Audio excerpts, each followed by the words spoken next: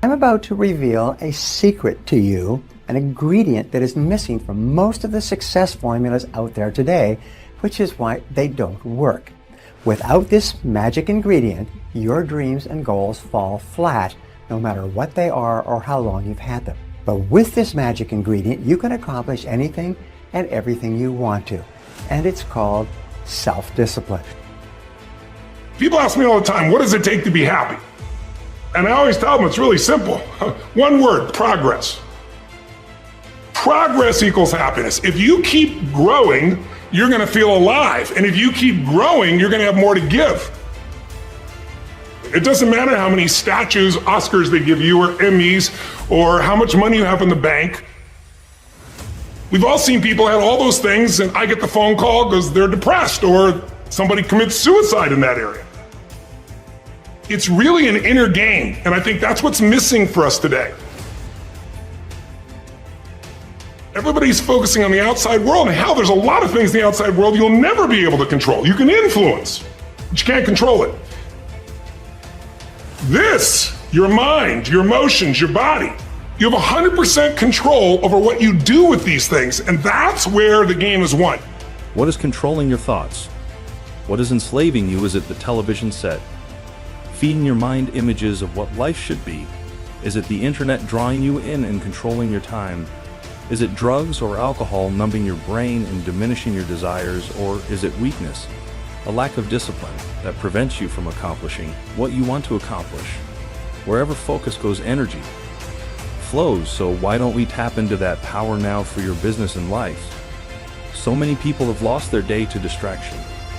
What are some things you need to immediately stop doing in your life? Is it social media? There are several disciplines that you need to develop if you want to achieve your full potential.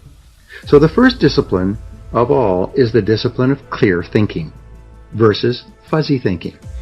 You know, sometimes you've heard me ask, what is the highest paid work in America? What's the most important work in any job or any company? And the answer is thinking. The quality of your thinking determines the quality of your decisions and choices. Your decisions and choices determine the actions you take. The actions you take determine your results. Your results determine the quality of your life. And it all starts with your thinking clearly. A little story that was in the papers recently. Warren Buffett, who is one of the richest men in the world, and Bill Gates, who is the richest man in the world, and Bill Gates Sr. were at a dinner party, and the three of them are good friends, and they were talking.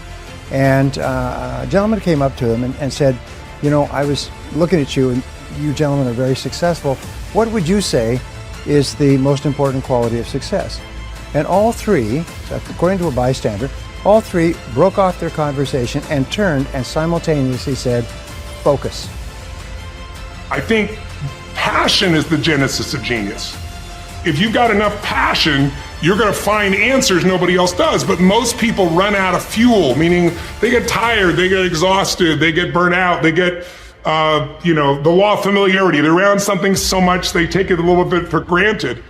And I've managed to see something in myself that I found in every great leader that I've ever respected, and that is I value intelligence immensely, but I know really smart people can't fight their way out of a paper bag pragmatically, right? What I see as the one common denominator of people that are successful over a lifetime is the sustained hunger.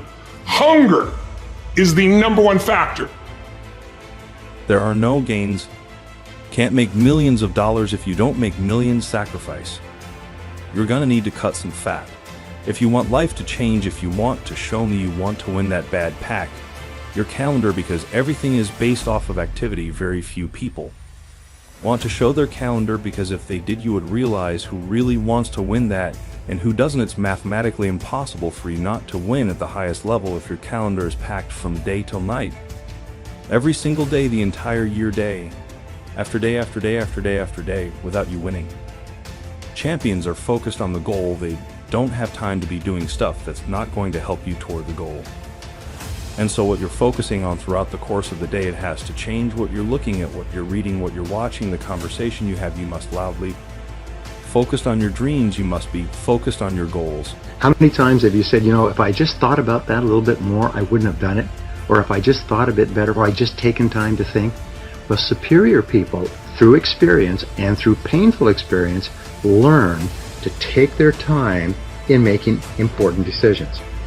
So one of the very best ways that you can develop the discipline of clear thinking is to sit in solitude for 30 to 60 minutes when you have a major problem or a major issue in your life.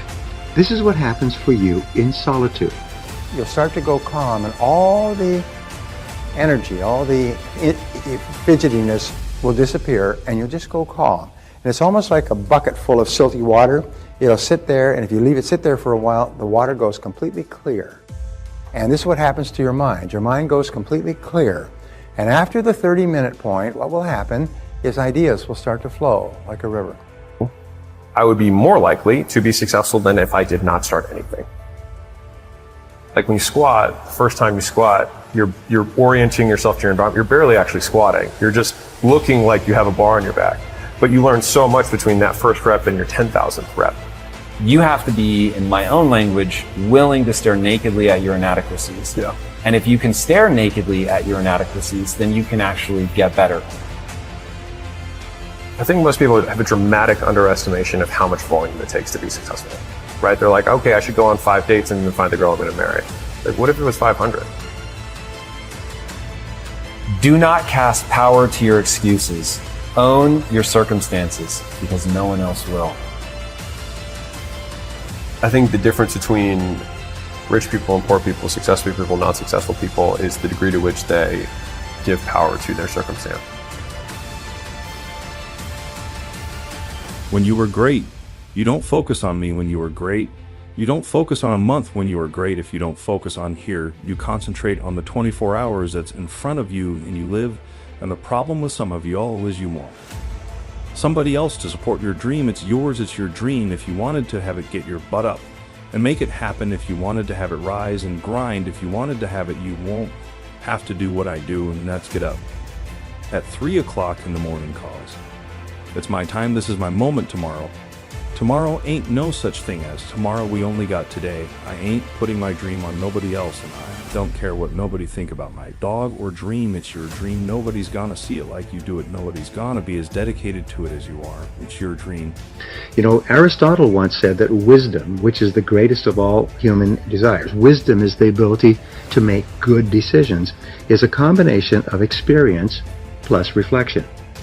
Experience plus reflection. In other words, you have an experience and then you reflect on the experience and you think about, what does that experience mean to me? How can I use that? What can I learn from it? So reflecting on your experiences, and the best way to do that is to go for a walk.